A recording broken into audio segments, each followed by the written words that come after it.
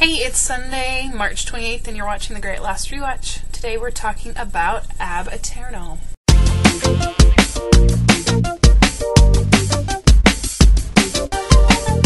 This is a Richard-centric episode, and we get our first flashback of the season. Woo!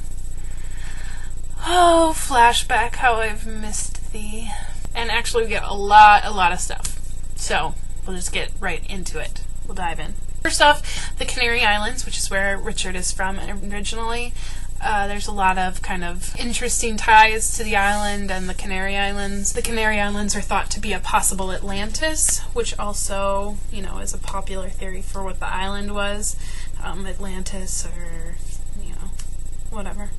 According to the Wikipedia entry on the Canary Islands, in the 1800s, there was a lot of people leaving the Canary Islands for Jamaica, Cuba, Texas, other places, because the main cash crop of the Canary Islands at the time was sugar, and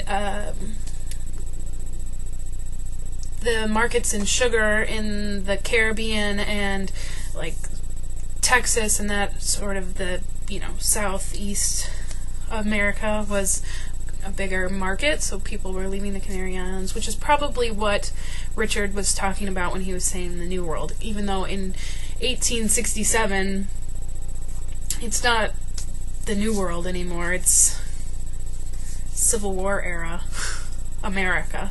I think it was on Lostpedia, and now I can't find it, that as part of the Canary Islands, there's 7 major islands of the Canary Islands, and there was a thing about how there's this mysterious 8th island that disappears.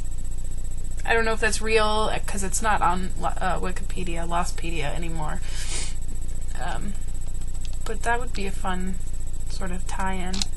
Religion is a major theme in this episode. Obviously, Richard is a Catholic, Spanish Catholic. His wife, Isabella, gave him the cross necklace to get medicine because she had tuberculosis. We see Richard reading from Luke chapter 4, which is a passage about... Now, I'm not a biblical scholar or anything, but apparently it's a chapter about Jesus being tempted by the devil but denying him 3 times, and kind of in the episode we get Richard being tempted by the devil, but it doesn't end up working, and I'm thinking that the devil is Titus Weaver's character, the Man in Black.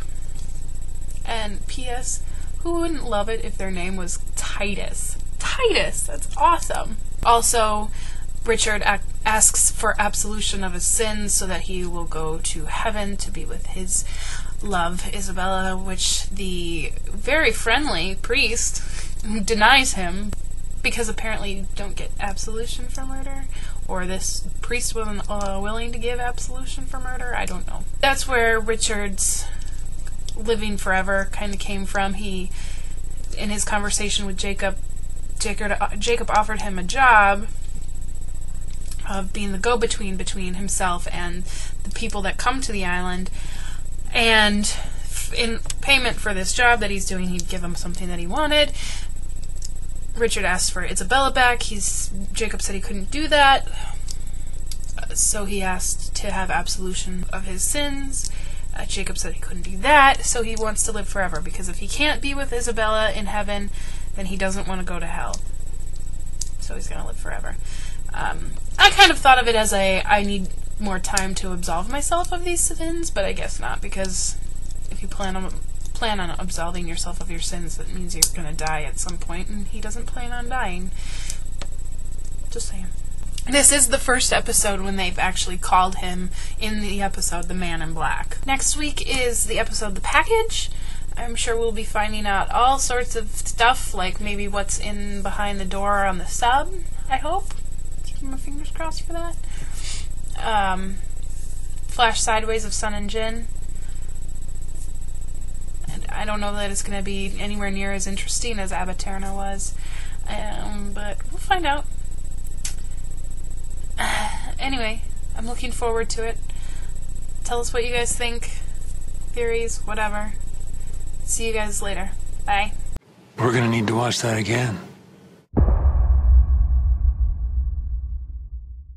So Leslie, I don't want to freak you out or anything, but I know how you are, and I love you. But there are 7 standard episodes left of Lost, and then the 2-hour, 2-part finale, which I assume both parts are airing on Sunday, May 23rd.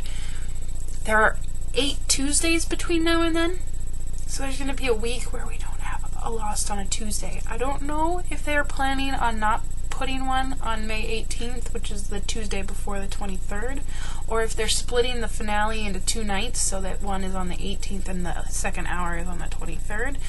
But I'm just warning you, there might be a week when there's not a Lost.